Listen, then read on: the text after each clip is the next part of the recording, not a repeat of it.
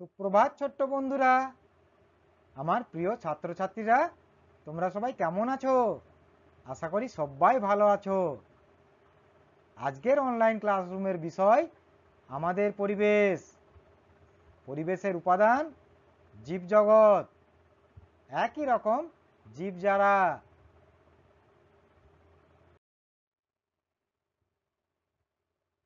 প্রিয় ছাত্রছাত্রীরা, আমাদের পরিবেশ বইয়ের 3 পৃষ্ঠা বের করো। এরকমই একটি পাতা তোমাদের বই থেকে নেওয়া হয়েছে। আমরা এর প্রথম অংশ নিয়ে চলো আলোচনা করি।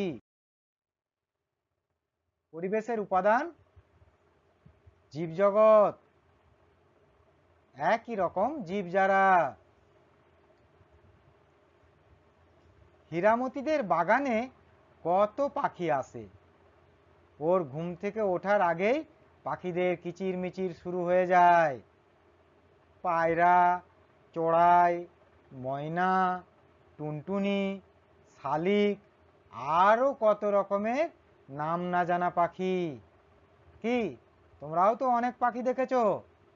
হীরামতি যেমন ওদের বাগানে অনেক পাখি দেখেছে, তোমরাও অনেক পাখি দেখেছো। তাহলে তোমরা যা যা পাখি দেখেছো তোমাদের খাতায় চটপট লিখে নাও, ঠিক আছে? হীরামতি ওদের বাগানে কি কি পাখি দেখেছে বলো তো? পায়রা, চড়াই, ময়না, টুনটুনি, শালিক, আরও কত রকমের নাম না জানা পাখি। আমরা তো সব পাখির নাম জানি না, কিন্তু তবুও আমরা অনেক রকমের পাখি দেখি। ঘুম থেকে উঠে হীরামতি পাখিদের মুড়ি খেতে দেয়। হীরামতি পাখিদের কি খেতে দেয়? মুড়ি খেতে দেয়। তাহলে দেখো, হীরামতি ওদের বাড়িতে যে পাখিগুলি আসে ওদের মুড়ি খেতে দেয়। আবার দেখো, সুমিদের পুকুরে আবার নানা রকমের মাছ। কাদের পুকুরে নানা রকম মাছ? সুমিদের পুকুরে নানা রকম মাছ। কি কি মাছ আছে সুমিদের পুকুরে? পুঁটি, তেলাপিয়া, রুই, কাতলা। সুমি প্রতিদিন ওদের কুঁড়ো খেতে দেয়। কি খেতে দেয়? সুমি মাছেদের কুঁড়ো খেতে দেয়। তাহলে দেখো, এই পাখিদের এবং মাছেদের কিসের প্রয়োজন হয়? খাবারের প্রয়োজন হয়।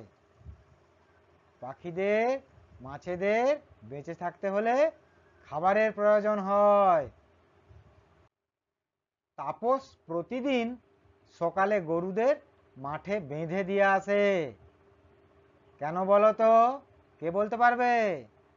ঠিকই বলেছ, গরু ঘাস খায়, তাই তাপস প্রতিদিন সকালে গরুদের মাঠে বেঁধে দিয়ে আসে। গরুদেরও বেঁচে থাকার জন্য খাবারের প্রয়োজন। আর বাবলুদের বাগানে নানা রকম গাছ, আম, কাঁঠাল, কুমড়ো, মেহগিনি, কলকে, গাঁদা, জবা, নিম, আরও কত কি। তাহলে বাবলুদের বাগানে অনেক গাছ রয়েছে। তোমরা কি কি গাছ দেখেছো? কে কে বলবে? আচ্ছা ঠিক আছে, তোমরা খাতায় লিখে নাও, তারপর আমাকে দেখিয়ে নেবে। নরেশদের পাহাড়ে অবশ্য ঝাউ, পাইন গাছই বেশি দেখা যায়। নরেশ তো পাহাড়ি এলাকায় থাকে, তাই ওখানে কি গাছ বেশি দেখা যায়? ঝাউ গাছ এবং পাইন গাছ। তাহলে দেখো, আমরা পরিবেশের নানা রকম জীবদের জানলাম, অনেক পাখিদের নাম জানলাম, অনেক গাছের নাম জানলাম। তারপর আর কি কি জানলাম বলো? আর কি কি জানলাম তোমরা বলো? পুকুরের অনেক মাছেদের কথা জানলাম।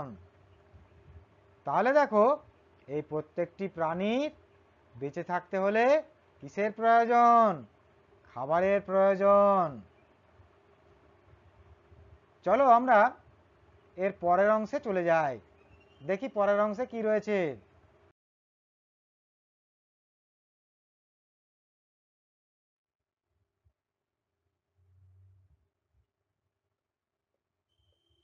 পরের অংশে রয়েছে দেখো,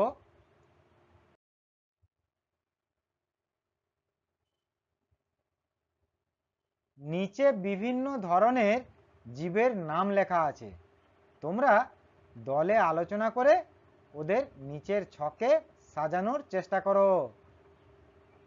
ঠিক আছে, চলো দেখে নিই কি কি জীবের নাম লেখা আছে। আমরা তো এতক্ষণ অনেক রকম জীবের নাম জানলাম।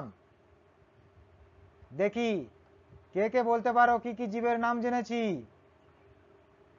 চলো একবার চটপট দেখে নিই। পায়রা, চড়াই, ময়না, টুনটুনি, শালিক, পুঁটি, তেলাপিয়া, রুই, কাতলা, আম, কাঁঠাল, কুমড়ো, মেহগিনি, কলকে, গাঁদা, জবা, নিম, এই সমস্ত জীবেদের নাম আমরা জানলাম। দেখো এখানে যে সমস্ত জীবেদের নাম লেখা আছে সেই সমস্ত জীবদের আমরা সাজাবো ছকে। কি কি রয়েছে চলো দেখে নিই।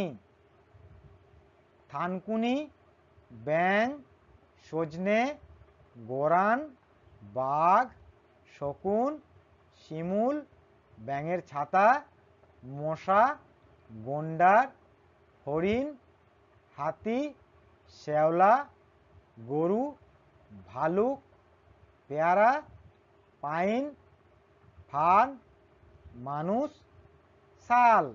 দেখো 20টি জীবের নাম দেওয়া রয়েছে।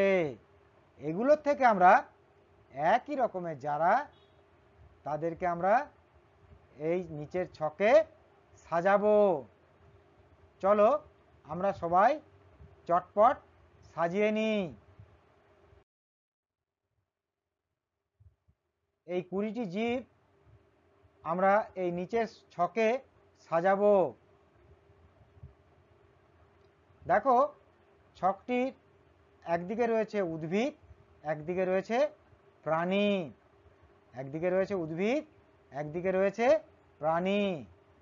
এই 20টি জীবের মধ্যে যেগুলি উদ্ভিদ অর্থাৎ একই রকমের তাদের আমরা উদ্ভিদের ঘরটিতে লিখব, আর যারা একই রকম অর্থাৎ প্রাণী তাদের আমরা প্রাণীদের ঘরে লিখব। তাহলে উদ্ভিদ বা গাছেদের নাম আমরা প্রথমে ছকটি লিখব, আর প্রাণীদের নামগুলি আমরা পাশের ছকটিতে লিখব। তো চলো আমরা চেষ্টা করে দেখি পারি কি না। তোমরা সবাই খাতা নিয়ে চটপট করে করে নাও। দেখো থানকুনি, এটা উদ্ভিদ না প্রাণী? কে বলবে তোমরা? ঠিকই বলেছো, উদ্ভিদ। থানকুনি উদ্ভিদ, তাই এটাকে আমরা উদ্ভিদের ঘরে রাখলাম। এরপরে কি রয়েছে? ব্যাঙ। ব্যাঙ উদ্ভিদ না প্রাণী? ঠিকই বলেছো, প্রাণী, তাই একে আমরা প্রাণীর ঘরে লিখলাম। তারপরে রয়েছে দেখো সজনে, কি হবে? অমল বলো কি হবে? ঠিকই বলেছো, উদ্ভিদ, তাহলে সজনেকে আমরা উদ্ভিদের ঘরে লিখলাম। তারপরে রয়েছে গোরান, এটাও কি? ঠিকই বলেছো, এটাও উদ্ভিদ, তাই উদ্ভিদের ঘরে লিখলাম। পরে রয়েছে বাঘ, বাঘটা প্রাণী, আমরা সবাই জানি, খুবই হিংস্র প্রাণী বাঘ। এরপরে দেখো রয়েছে শকুন, এটাও কি? প্রাণী, এক রকমের পাখি, পাখিরা সবাই প্রাণী। এরপরে শিমুল, শিমুল কি হবে? ঠিকই বলেছ, যেহেতু এটা গাছ অর্থাৎ এটা উদ্ভিদ হবে। ব্যাঙের ছাতা, এটাও এক প্রকার কি হবে? উদ্ভিদ হবে। মশা খুবই ক্ষতিকর প্রাণী, আমাদের রক্ত খেয়ে নেয়, এটাও প্রাণী। গন্ডার কোথায় দেখেছো? চিড়িয়াখানায়, এটাও প্রাণী। হরিণ কি হবে বলো? এটা আমি বলবো না। ঠিকই বলেছো, এটাও প্রাণী। হাতি খুব বড়, এটাও প্রাণী। শ্যাওলা, শ্যাওলা এক প্রকারের কি? এক প্রকার উদ্ভিদ, তাই এটা উদ্ভিদের ঘরে। গরু সবাই দেখেছো, গরু কি? ঠিকই বলেছো, প্রাণী। এরপর রয়েছে ভালুক। ভালুক কি? চিড়িয়াখানায় দেখেছো তোমরা? ঠিকই বলেছো, প্রাণী। তারপর তারপর পেয়ারা, এটা কি? উদ্ভিদ। পেয়ারা গাছ হচ্ছে উদ্ভিদ। এবারে পাইন, পাইন কি হবে? পাইনটাও হবে উদ্ভিদ। নরেশদের পাহাড়ে এটা বেশি দেখা যায়, পাইন গাছ। এরপরে কি রয়েছে? ফার্ন, এটাও এক প্রকার উদ্ভিদ। তারপর মানুষ, তোমরা বলো সবাই কি হবে? ঠিকই বলেছো, প্রাণী। তারপরে রয়েছে শাল, এটা কি? গাছ, অর্থাৎ কি হবে? উদ্ভিদ।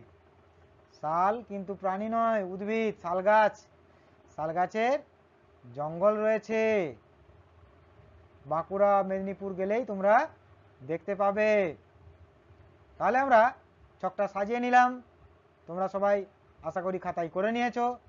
চলো দেখি পরের অংশে কি রয়েছে। আজ তাহলে এই পর্যন্তই থাক, আবার দেখা হবে আগামী অনলাইন ক্লাসরুমে।